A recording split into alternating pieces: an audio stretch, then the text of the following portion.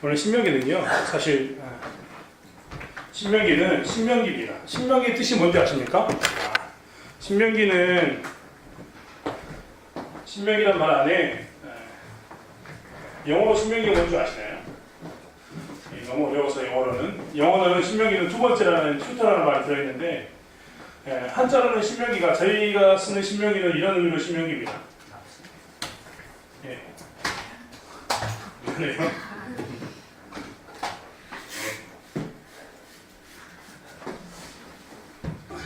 평상시에 잘 됐던 이야기인데 오늘은 누가 안 챙겨주셨군요. 신명기는 이렇게 펼치 신자에 목숨명자를 쓰고 있는 신명기입니다. 그러니까 이스라엘 백성들에게 두 번째로 주신 말씀인데 영어로는 이런 말이 들어있습니다.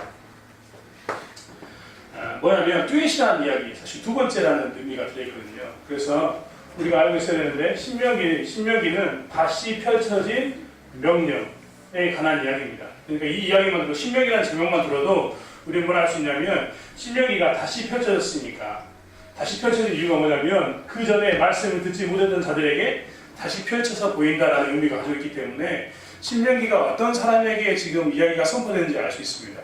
신명기의 말씀은 그래서 다시 펴서 봐야 했거든요. 사람들이 이 말씀을 다시 펴서 봐야 됐던 사람들입니다. 만약에 이 사람들이 시내산이라고 이야기하는 시내산에서 말씀을 들었던 출애굽했던 1세대라고 얘기한다면 이 사람들은 이미 말씀을 한번 들었기 때문에 굳이 다시 말씀을 펴가지고 다시 들려줄 필요가 없는 거죠. 왜요? 직접 들었으니까. 그렇죠? 근데 지금 이 신명기 다시 말씀을 펴서 다시 들어야 될 사람은 누구였냐면 시내산에서 말씀을 듣던 1세대가 아니라 이때 무슨 뜻인지 모르고 사는 1.5세대. 제가 여러 번 이야기했습니다. 만 14세 이하에는요, 만 14세 이하가 되면 이 사람들은 만 14세 이하의 사람들은요 추상적인 개념이 없어요. 추상적인 개념이 없다는 이야기 자체가 뭐냐면 신에 대한 인식 자체가 모호해요. 신을 인식할 수 없어요. 그렇기 때문에 하나님께서는 만 14세 이하의 아이들에 대해서 하나님께서 허용하셨습니다. 그래서 같이 애국에서 탈출했는데 만 14세 이하에 있던 아이들은 살아남았어요. 그래서 만 14세 이하의 1.5세대 그리고 광야에서 태어났던 2세대 아이들에게 뭐라냐면 다시 한번 말씀을 펴서 보여준 이야기가 신명기입니다. 신명기는 오늘 말씀 듣는 대상이 누구냐면 1.5세대하고 2세대예요. 완전히 달라요. 여러분 가운데 분명히 자기가 어렸을 때 모태신앙인 사람이 있을 거예요. 저 같은 경우는 1세대입니다. 1세대가 무슨 의미냐면 저부터 예수 믿었어요. 제가 16살, 17살 예수 믿었으니까 저부터 완전히 믿었기 때문에 저는 하나님의 은혜가 완전히 각인된 사람입니다. 제 신앙은요 굴곡이 엄청 심해요. 제가 말씀드렸습니다. 제가 좋을 때는 막 정말 목숨을 던져낼 수 있을 만큼 그렇게 사는데 나쁘면 하나님이 어디냐 안 믿겠다 땡깡 부리는 처지가 접니다. 1세대의 특징이 뭐냐면 신앙이 아주 깊이 각인되어 있어요. 내 마음 가운데 각인되어 있는 사람들이 1세대입니다. 그렇기 때문에 1세대는요 그 말씀이 얼마나 은혜로운지 하나님이 얼마나 좋은지 압니다. 하지만 1.5세대하고 2세대는 좀 전에 말씀드린 것처럼 전혀 다른 의미를 가져와요. 1.5세대는요 아까 얘기했던 것처럼 추상적인 개념이 있기 때문에 자기들이 부모님이 만났던 하나님, 시내산에서 그런 일이 있었다라고 어렴풋하게 느꼈지만 그게 하나님으로 인식되지 않았기 때문에 이들에게는 각인된 게 없습니다. 2세대 아이들도 마찬가지예요. 2세대 아이들도 뭐냐면 어렸을 때부터 그 문화에서 컸어요. 그 문화에서. 그냥 기독교 문화예요. 기독교 문화. 내가 자란 것은 하나님에 대한 신앙 고백으로서 예수를 믿는 게 아니라 기독교 문화 가운데서 자라는 것으로 살아왔습니다.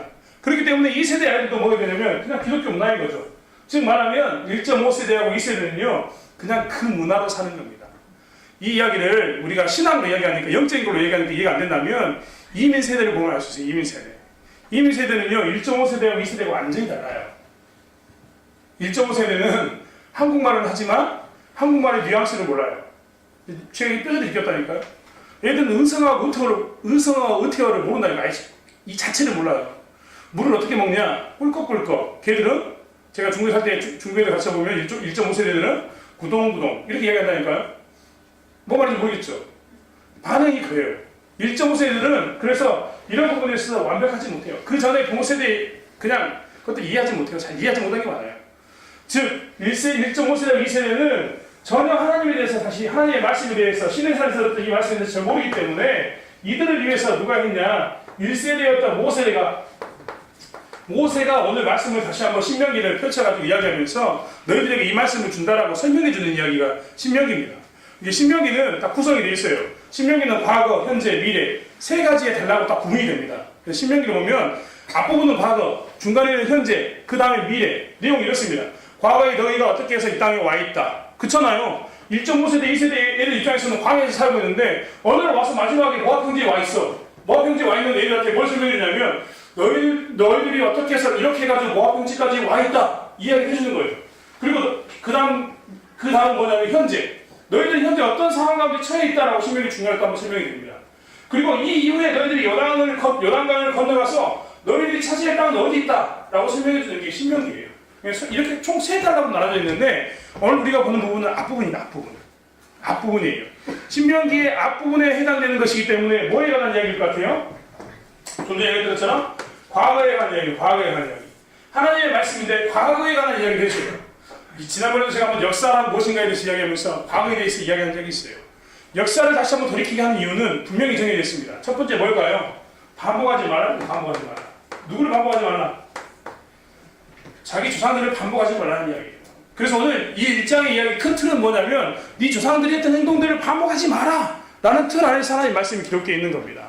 신명기 1장의 말씀을 하나씩 저희가 오늘 쪼개보면서 이 안에서 도대체 하나님께서 무엇을 반복하지 말고 우리에게 주신 말씀 뜻이 무엇인가를 좀 살펴보자는 거예요. 한번 보겠습니다. 자, 오늘 먼저 읽었던 말씀 중에 신명기 30장 한번 읽어볼게요. 30장 말씀을 같이 읽겠습니다. 시작. 너희보다 먼저 가시는 너희의 하나님 여호와께서 애굽에서 너희를 위하여 너희 목전에서 모든 일을 행하신 것 같이 이제도 너희를 위하여 싸우실 것이며. 거기 보면 동사 두 개가 중복이 되는데 뭐가 중복이 되냐면 중첩이 되냐면 대조를 이루냐면 너희보다 먼저 가시는 하나님이라는 가시는 하나님이라는 단어가 앞부분에 강조가 되고 두 번째는 뭐냐면 너희 목전에서 모든 일을 행하신 것 같이라는 너희 목전이라는 말이 나옵니다. 너희 목전이라고 이야기하니까 이게 너무 단어가 어렵게 느껴져요. 목전이라는 게 뭡니까? 눈목자에다가 앞전자거든요. 우리말로 해석하면 너희 눈앞에서예요. 너희 눈앞에서. 하나님께서 뭘 이야기하고 싶냐면 지금 하나님께서 먼저 가신다라고 먼저 표현하고 있고 먼저 가시는데 먼저 가시는 하나님의 목적이 여러 가지가 있는데 그 중에 하나가 뭐냐면 목적 중에 하나가 뭐냐면 먼저 가시는 하나님께서 너희 눈앞에서 지금까지 뭘 했다? 어떤 일을 펼치셨다는 거예요. 그래서 너희들이 반복하지 않았으면 좋겠다라고 이야기하시면서 하나님 뭘 이야기하고 계시냐면 오늘 2세대인 1.5세대와 2세대인 이 이스라엘 백성들이 뭘 이야기하냐면 너희들은 너희 부모님 세대에 일어났던 수많은 이야기를 들었을 거다. 그리고 너희들이 광야에 살면서 만나와 메추라기 혹은 생수가 있는 것 이런 것들을 경험하게 됐는데 너희들 앞에 갔던 경험했던 그 하나님이 하셨던 너희들 눈앞에서 펼쳐졌던 수많은 기적들 이적들 너희들이 봤다면 그 하나님에 대해서 따를 것을 이야기하고 있는 겁니다. 그러니까 너희보다 먼저 가시는 하나님인데 그 가시는 하나님이 너희 눈앞에서 펼쳤던 일들을 기억함으로 인해서 뭐하라고요?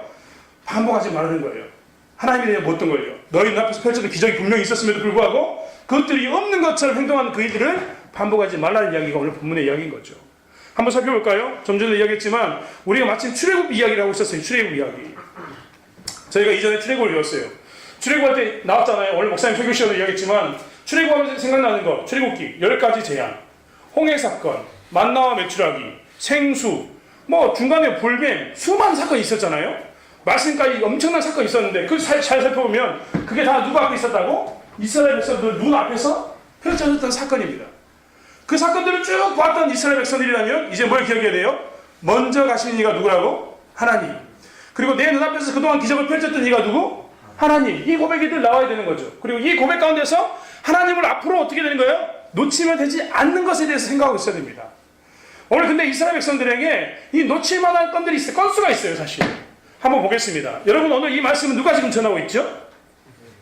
모세가 이야기했죠. 모세가. 37절 말씀 한번 볼까요? 37절. 자, 37절. 여호와께서 너희 때문에 내게도 진노하사 이르시되 너도 그리로 들어가지 못하리라. 오늘 37절은 뭐라고 이야기했냐면 너희들 때문에 나까지 진노를 받아가지고 모세도 지금 들어간다 못 들어간다? 못 들어가. 앞으로 갈 땅에 못 들어간다고 이야기하고 있어요. 이스라엘 백성들이 하나님이 하는 이야기 뭐였다고요? 내가 먼저 가는데 너희 눈앞에 펼쳐졌던 수많은 일들을 기억해라. 이거였습니다. 그런데 이스라엘 백성들에게 있어서 모세가 가지 못해요. 지금 이야기하고 있는 대상이 모세입니다. 모세. 이제 가나안 땅에 들어가야 되는데 이 땅에는 모세가 들어갈 수 있는가 하면 못 들어가요. 그동안 모세가 어떤 사람이었어요? 기적의 현장에서 항상 제일 앞에 있었던 사람입니다. 지팡이를 들고 어떻게 때문에 기적을 풀고, 지팡이를 들고 홍해를 갈랐고, 지팡이를 가지고 만나와 매출하기를 생수를 냈던 사람이 모세 아니었습니까? 그러면 이스라엘 백성들 입장에서는 어떤 마음이 들게 되냐면 저 땅에 갈 때도 모세가 있기를 원합니다. 저 땅에 우리가 움직일 때마다 모세가, 그 능력을 했던 모세가 있기를 원하는데 하나님께서는 모세를 그만 들어가게 하셨단 말이에요. 그만 들어가야 될 모세가 지금 이스라엘 백성들에게 얘기하는 거예요. 나 못 가. 나 저 땅에 못 가.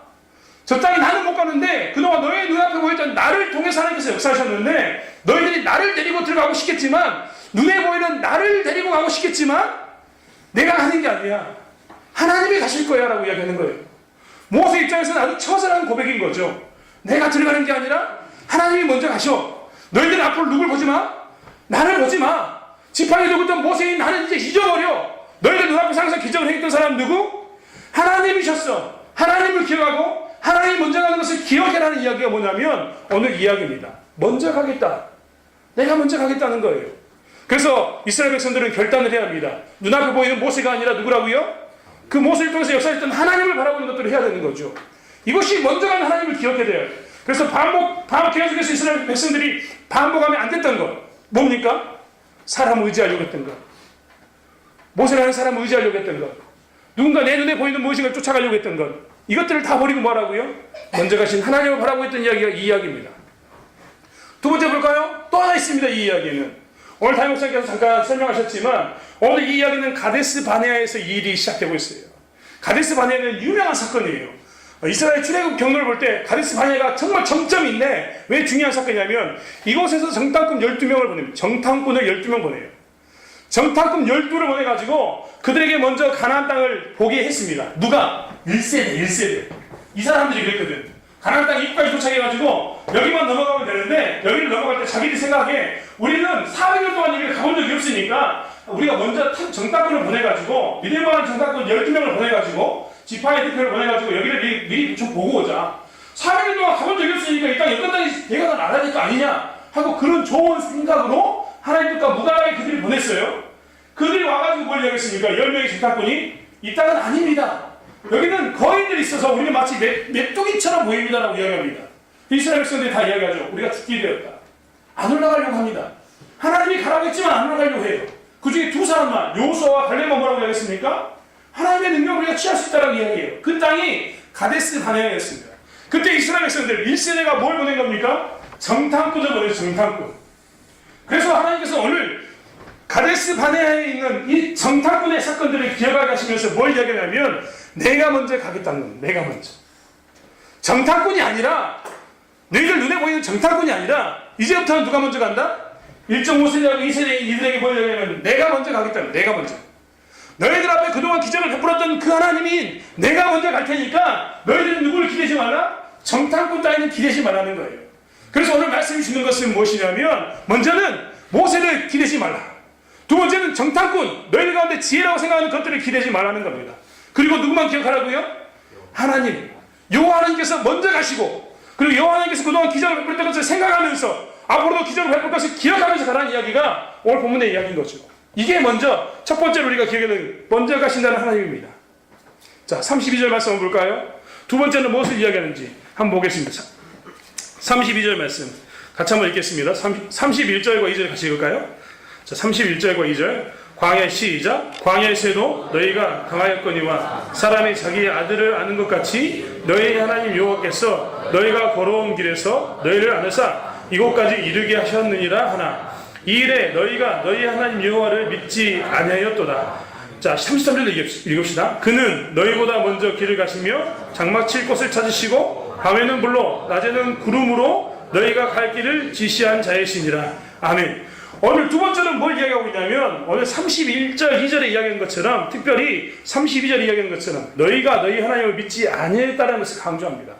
그러니까 무엇을 반복하면 안 되냐면 너희가 너희 하나님을 믿지 않았던 것 1세대가 하나님을 믿지 않았던 것을 반복하면 된다 안 된다? 안 된다는 거예요. 1세대가 하나님을 믿지 않았어요. 그들이 하나님 믿지 않았단 말은 웃긴 거죠. 왜요? 그들이 불기둥과 구림기둥 가운데서 하나님을 따라서 여기까지 왔거든. 그런데 하나님께서는 오늘 무엇을 이야기하냐면 마지막에 들어가기 직전에 그들이 무엇을 의지 않았냐? 자기를 믿지 않았다고 이야기하는 거예요. 이스라엘 백성들에게는 사실 시선이 있었어요. 시선. 34절과 36절 한번 읽어볼까요? 34절과 36절 같이 한번 읽겠습니다. 여호와께서 너희의 말소리를 들으시고 노하사 맹세하여 이르시되 이 악한 세대의 사람 중에는 내가 그들의 주상에게 주기로 맹세한 좋은 땅을 볼 자가 하나도 없으리라. 오직 여분네 아들 갈렙은 온전히 여호와께 순종하였은즉 그는 그것을 볼 것이요. 하나님께서 지금 하고 싶은 이야기는 뭐냐면 그들이 믿지 않았다고 했던 이야기 중에 뭐냐면 이스라엘 백성들이 가데스 바네아하고 즉 가데스 바네아에서 직접 이 젓갈 끓는 땅 앞을 둔 그 상황 가운데서 여호와를 믿지 않았다는 것을 이야기하고 있어요. 이스라엘 백성들이요 출애굽이나 그리고 이 광야 생활의 가운데 한 가지 특징이 있었는데 그것은 무엇이냐면 그들에게 항상 그들이 광야로 와서 하는 것이 원망과 불평과 짜증거리였습니다. 항상 그래서 하나님을 원망하고 불평하고 있죠. 왜 그런 줄 아십니까? 그들의 관점에는 그들이 항상 하나님께서 부르신 그 자리가 하나님께서 인도하고 있는 자리, 즉 불기둥과 붉은 기둥을 쫓아서 왔던 자리가 항상 좋지 않게 보였어요.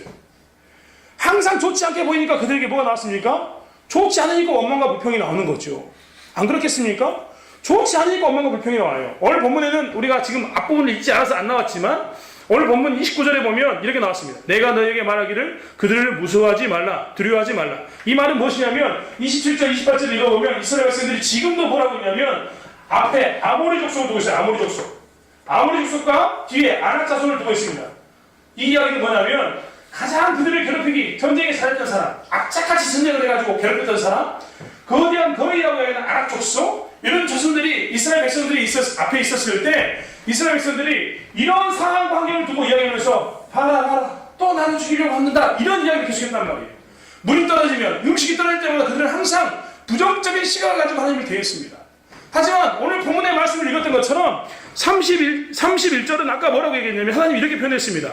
광야에서도 너희가 당하였거니와 사람이 자기의 아들을 아는 것 같이 너희 하나님 여호와께서 너희가 걸어온 길에서 너희를 아는사 이것까지 일게 하셨느니라 하나. 뭐라고 이야기하면 하나님께서는 내가 이 아이들을 아는 것처럼, 여러분 아이 안아보셨습니까? 아이를 갓난아이를 낳으면요 굉장히 조심해야 돼요.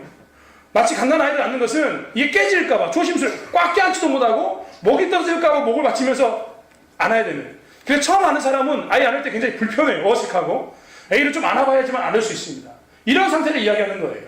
즉 무엇을 이야기하냐면 아이를 아는 것처럼 조심스럽게 하나님께서 이스라엘 백성들을 지금까지 이렇게 데리고 왔었는데 이스라엘 백성들 입장에서는 하나님 입장에서는 내가 아이를 아는 것처럼 데리고 왔다라고 얘기하고 있고 이스라엘 입장에서는 뭐라고요?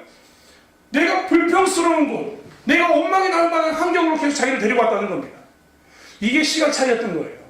이스라엘 사람들이 하나님 믿지 않았다고 단정짓고 하나님께서 이야기했던 것은 바로 이것 때문입니다. 똑같은 일에 대해서 두 가지 시각이 존재할 수 있어요. 똑같은 일입니다. 똑같은 일. 내가 살아온 인생의 그 과정 중에서 예를 들면 이스라엘 백성들이 출애굽해가지고 홍해를 건너서 신광야를 거쳐서 마라를 거쳐서 쭉 돌아왔던 이 길이 똑같은 여정이고 똑같은 길이지만 이스라엘 백성들 입장에서는 물 떨어질 만한 곳, 음식 떨어질 만한 곳, 쓴물이 나왔던 곳 계속해서 이런 자리가 되는데 하나님 입장에서 뭐라고요? 알아서 왔다 이러는 거예요.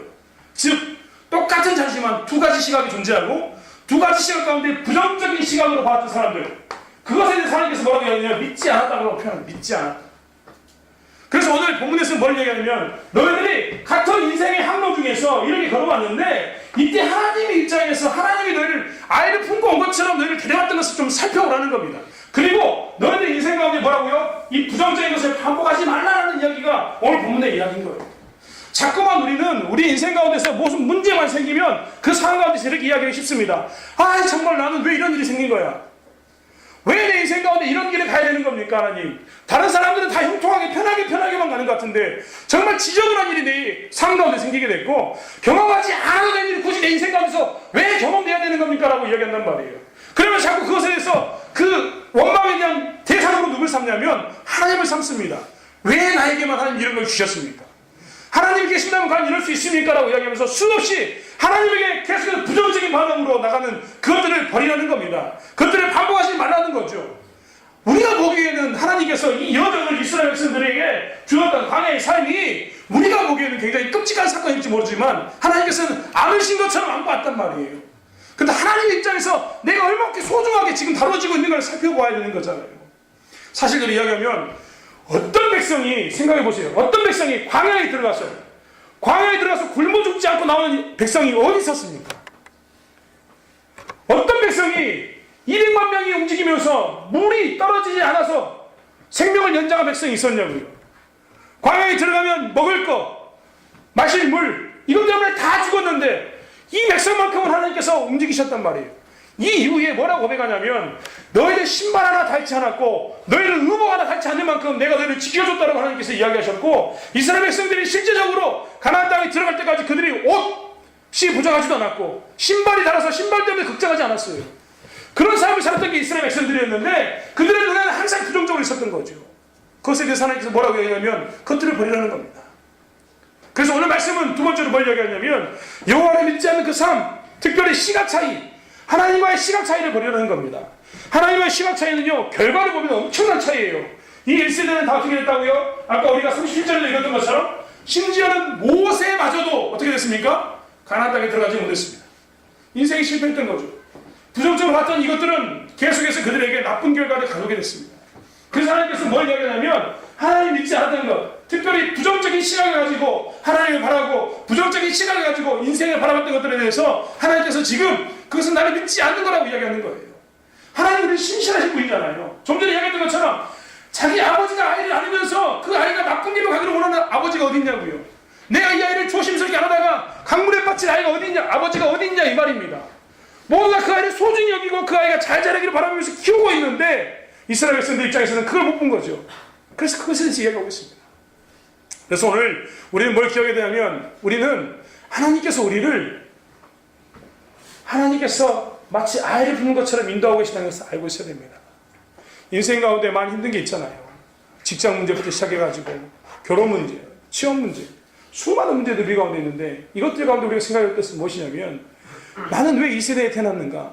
나는 왜 이 환경 가운데 처해 있는가? 나는 왜 이렇게 살아야 되는가? 원망이 아니라 뭐라고요? 하나님의 시각으로 내 인생을 바라봐야 된단 말이에요. 여러분, 하나님의 시각으로 내 인생을 바라보면요, 그때부터 터져나오는 게 있습니다. 뭔지 아십니까? 회개가 터져나와요. 회개가 터져나온다고. 베드로 입장은 베드로 한번 생각해 보시겠습니까? 베드로가요, 밤새 물고기를 잡으려고 열심히 그물을 던졌습니다. 다음날 그물을 싣고 들어가려고 하는데 한 선생이 와가지고 자기 앞에서 배를 좀만 띄워달라고 이야기합니까? 이어달라고 하니까 배를 잠깐 띄워줍니다. 그리고 그 말씀을 듣습니다. 그러고 난 다음에 그가 어떻게 되냐면 그 선생이 이야기했던 것처럼 깊은 곳에 그물을 던져가지고 그 많은 물고기를 잡게 됩니다. 그 이후에 베드로가 뭐라고 고백했죠? 자기가 죄인임을 고백했어요. 이 이야기 뭔지 아십니까? 하나님을 만나게 되고 하나님을 직시하게 된다면, 하나님의 시각을 보게 된다면 우리는 우리 삶 가운데 뭐가 터져나올 수밖에 없냐면 회개가 터져나올 수밖에 없어요. 회개가. 늘 이야기하지만 회개는요, 자기 학대가 아니에요.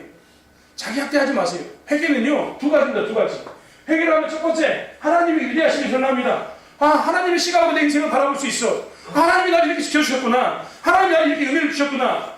그렇지 않습니까? 우리가 회개가 나오면서, 하나님 앞에 나오면서, 회개가 나오면서 우리 인생을 비관하고 자학하는 사람들이 많은데 그렇잖아요. 하나님께 나오면서 우리가 하나님의 은혜가 얼마나 커서 눈물을 흘렸습니까? 이것은 뭐냐면 하나님의 존재를 들어서 온전히 보게 된다는 거예요. 두 번째는 뭐냐면 하나님의 존재 가운데서 회개하게 되면 누구를 보냐면 자기를 봐요. 자기를. 내 자신이 어떤 존재인가를 보게 됐단 말이에요. 그러니까 나는 죄인이구나, 그렇게 고백하게 될 수밖에 없는 거예요. 오늘 이스라엘 백성들도 하나님의 시각으로 자기 인생을 봤다면 자기들은 뭐가 나오냐면 회개가 나올 수밖에 없습니다. 하나님, 제가 이렇게 은혜를 누렸음에도 불구하고 하나님을 못 봤습니다. 하나님, 내가 이렇게 은혜를 누렸음에도 불구하고 내가 내 자신을 제대로 보지 못했습니다라는 회개가 나오는 게 정상 아니겠습니까? 그래서 뭘 이야기하냐면 하나님께서는 믿음을 가져라, 긍정적인 시각을 가져라, 하나님을 보고 너희를 발견하는 이 가운데 있기를 원한다고 두 번째로 이야기해 주는 겁니다. 마지막으로 하나만 더 이야기하자면 이렇습니다. 하나님은 오늘 이스라엘 백성들을 애굽에서 끄집어내가지고 세상에 던져버린 게 아닙니다. 광야에 던져버린 게 아니에요. 하나님 언제 광야에 던졌습니까? 아니죠. 애굽에서 끄집어내서 광야에 던진 게 아니라 오히려 애굽에서 끄집어내가지고 그들로 하여금 세상에 던져가지고 세상이 어떻게 하겠습니까? 세상을 정복하게 만들었습니다.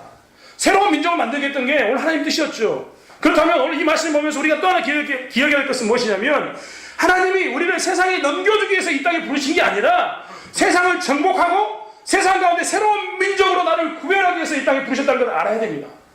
이스라엘 백성들은 그것을 가지고 있어야 되죠. 그래서 그들의 광야에서 생각했던 게 뭐냐면 우리가 왜 광야에 살게 됐는가? 우리가 앞으로 가나안 땅에 가서 뭘 해야 되는가?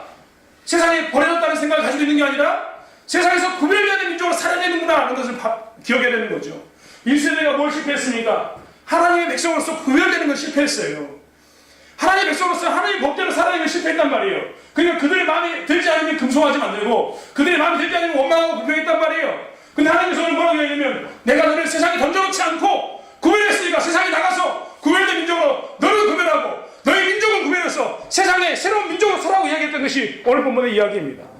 불기둥과 구름기둥이 우리에게 이야기하는 것은 무엇입니까? 하나님의 현현입니다. 현현. 하나님께서 우리와 함께 하신다. 여러분 우리 책에는 그냥 불기둥, 구름기둥으로 나왔지만 한자를 보면요 뭐가 재밌냐면 불기둥은 이렇게 했습니다. 버주리라고 나왔어요. 버주리.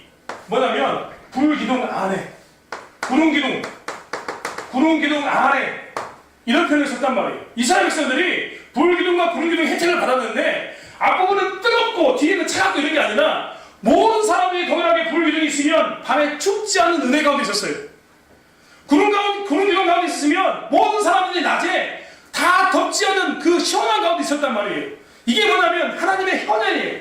하나님의 현현. 우리와 함께 하신 것. 이스라엘 백성들에게 하나님께서 함께 하신 이 사건이 계속해서 불기둥과 구름기둥으로 쭉 이어졌단 말이에요. 그러면 쭉 이어진 이 은혜를 보면서 느낄 게 뭐예요? 나는 버려진 게 아니라 구별된 거구나. 나는 광야에서도 춥지도 않고 덥지도 않은 그것으로 구별된 거구나. 나는 하나님의 백성으로 구별됐구나. 라는 이 의식을 가지고 살아야 된단 말이에요. 오늘 본문의 얘기가 바로 그겁니다. 1.5세대하고 2세대에게 더 이상 반복하지 말라. 너희는 버림받은 게 아니다. 너희는 광야에 던져버린 게 아니다. 던져받은 민족이 아니다. 오히려 구별받은 민족이고 광야에서 구별된 민족으로 너희들이 세워졌다라고 이야기하는 겁니다. 사랑하는 청년 여러분, 우리가 이런 모습으로 살았으면 좋겠어요. 우리의 인생 가운데서 이 시기와 이 상황 가운데 우리를 하나님 안으로 부르신 것은 우리를 버린 게 아닙니다. 예수 믿다 보면 얼마나 불합리한 게 많습니까? 예수 믿기 때문에 당하는 애매모호한 고난이 많아요. 이번에 제가 어떤 자매를 만났는데 그 자매가 그런 이야기를 했어요. 자기가 이번에 처음으로 잘렸대요. 잘렸는데 선생님으로 학교에 이렇게 비정규직으로 있었는데 계약을 연장해줬는데 자기만 잘렸다는 거예요. 왜 잘렸느냐? 물어보니까 그 이야기를 해요. 자기 교장 선생님이 자기에게 자기가 좀 더 높은 사람을 알고 있으니까 청탁을 했다는 거예요. 화감을 끌었다는 거죠. 그리고 난 다음에 5명의 선생님 중에 자기만 소외돼서 잘렸다는 거예요. 울면서 고백하더라고요. 근데 그렇게 이야기했어요. 잘했다. 후회하지 마라. 하나님 안에서 정직하게 살면서 당하는 불의함은 후회할 일이 아니다. 네가 구별되는 거고 네가 정말 이렇게 구별되는 모습 가운데서 이 하나님께서 구별되는 그 삶을 사는 거다라고 이야기했습니다. 다른 길이 있을 거라고 이야기했어요. 여러분 이게 우리 인생 아니겠습니까? 불의와 타협하지 않고 이 땅에서 힘들지만 그렇게 사는 것이 구별되는 겁니다. 정말 힘든 상황 가운데서 조금만 타협하면 주의를 포기하고 혹은 교회 다니는 것을 포기하고 하나님 믿는 것을 포기하면 직장이 좋아질 수도 있고 더 좋은 자리에 결혼할 수도 있고 더 좋은 자리로 모든 것을 누릴 수 있지만 그 가운데 우리가 하고 있는 게 뭡니까? 우리는 버려진 게 아니에요. 그렇지 않는다면 버려진 게 아니라고. 우리는 구별됐습니다. 이 땅에 사는 동안 우리 청년들이 꼭 기억했으면 좋겠어요. 이 상황과 환경 가운데 우리를 버린 게 아니라 우리를 구별한 겁니다. 이 시대에 우리를 구별하신 거예요. 이 시대에 우리를 구별했음을 꼭 기억하십시오. 그렇다면 그리고 그 구별함을 기억한다면 구별된 자로 사십시오. 1세대가 했던 반복된 그 구별되지 못하고 사는 게 아니라 우리는 구별됨으로 사는 겁니다. 우리는 이렇게 살게 될 겁니다. 많은 사람들이 신앙인들이 기독교가 이렇게 생태계에 들어갔다고 이야기하는데 저는 기독교가 이렇게 끝날 거라고 생각하지 않아요. 왜 이렇게 끝날 거라고 생각하지 않냐면 우리가 구별됨으로 다시 살게 되면 내가 같은 목소리 되겠습니까? 우리 때부터 다시 올라갈 것을 믿기 때문입니다. 그것을 위해서 우리를 구별하셨음을 여러분 기억하십시오. 우리 다음 세대에 우리를 통해서 기독교가 다시 한번 부흥하는 것을 경험해야 될 겁니다. 그것을 위해서 여러분을 구별했다는 것을 꼭 기억했으면 좋겠습니다. 기도하겠습니다.